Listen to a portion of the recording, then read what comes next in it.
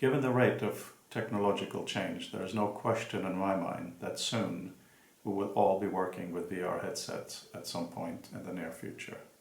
Whether it's VR or AR, I don't think it makes much of a difference. Most of them will have pass-through video at some point.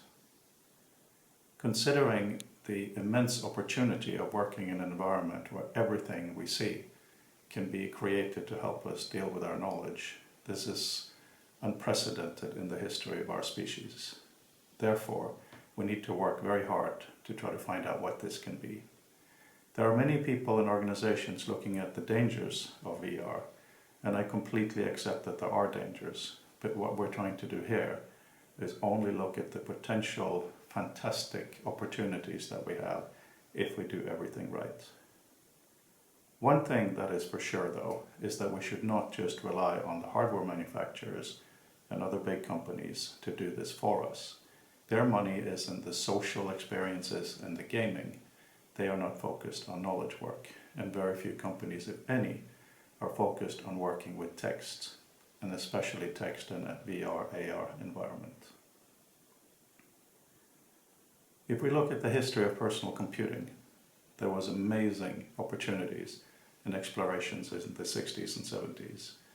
And then in the 80s, with the advent of the Macintosh of the PC, it all got ossified into Windows moving around, controlled by a mouse and a keyboard, with word processing, email, spreadsheets, and later the web. In the last 30 years or so, there have been no real major improvement in how we interact with our knowledge. There's an expression a professor told me at Syracuse when I was a student a long time ago. He said that truth kills creativity.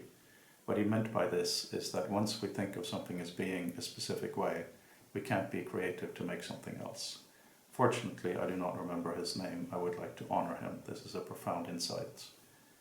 The reason it is so important is that with the personal computer, we had a ton of opportunity, lots of ways of working with it in the 60s and 70s. Then in the 80s, we had the Macintosh and the PC, and we got a system of icons and windows. We had applications rather than working everywhere, even though Apple had a system called OpenDoc for a while. We have email, word processing, messaging, and then later the web, with hardly any new innovations in the last 30 years of using the system, because we now think we're very clever and we know what the personal computer is. Stop and start again. The work we're doing here at the Future Text Initiative is to look at the future of text, and the most important and the most pertinent aspect of the future of text right now is the future of text in a fully immersive visual environment where absolutely everything in our visual range can be used to help us think. I think that is a big deal, and I hope you will help us figure out what this can be. We are doing an annual symposium. We've been doing it every year for over a decade. We published 3 books. We're publishing 1 more book this year, and we will keep doing so. That's something we can keep doing, and with support we can do it at a much higher quality, and we can reach a much wider audience for a much more engaged, wider perspective discussion. Similarly, we need to build software to experience what this can be. We are focused on Apple's Vision Pro because it is generations ahead of anything else. So we can try things. We have already tried basic things with the Quest 2 and the Quest Pro, such as building libraries and finding out that having lines across the room are actually quite annoying. We found that if you move yourself, you can get queasy, but if we move the information towards us, such as a grab motion to move a mural towards us, we're not queasy, and it becomes very useful. It is not always intuitive what is better in this environment. Sometimes it is working with a really small space that's 3-dimensional and focused. Sometimes it's spreading it out. Sometimes it's ambient, putting things on the walls. We don't really know what this is, but we're beginning to find out. Okay. I want the final bit. It is very easy to make a demo of what something would be in a work environment. It's very easy to make a demo of how something can look amazing in such an environment. Sorry. It may not be the correct. Turn it off and on again, please. In order to make something impressive in XR, as we've seen in movies and TV, it's not that hard. You can make things connect and come out of places and build and all kinds of incredible things. But in order to do that, the system has to have the data. And it also has the metadata, meaning the data that explains what the data is. You can't even see how documents connect if the system cannot tell what references they have, as a basic example. This is why we're also working on metadata. We have an approach called visual meta, which is very simply right at the back of the document what it is, in terms of structure, how it's connected to other documents, and so forth.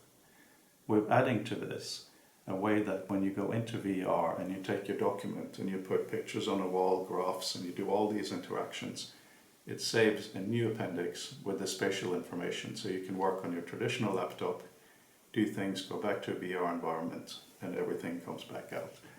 These are the types of infrastructures we need to take care of to make working in XR, AR, VR amazing. Finally, the most important thing we need to do is to understand that this is a big deal. We need to keep the dream alive. My mentor, Doug Engelbart, was accused, he said, of being a dreamer. He said, dreaming is hard work, and it really, really is. To try to imagine how working in XR can be is very difficult. We need to build systems to try different things, because we're learning that it isn't something that is just... My mentor, Doug Engelbart, was accused of being a dreamer, and he said dreaming is hard work. And he's absolutely right. Trying to dream of how working in any new environment is really, really difficult. That's why we need a wide dialogue with a wide range of people, and we need to build to experience. So thank you for watching this video, and thank you for supporting this project. In summary of XR and the future of text, everybody's going to have a headset in 5 or 10 years. I don't think there's a question. When you have your entire room available for knowledge, that is a big deal.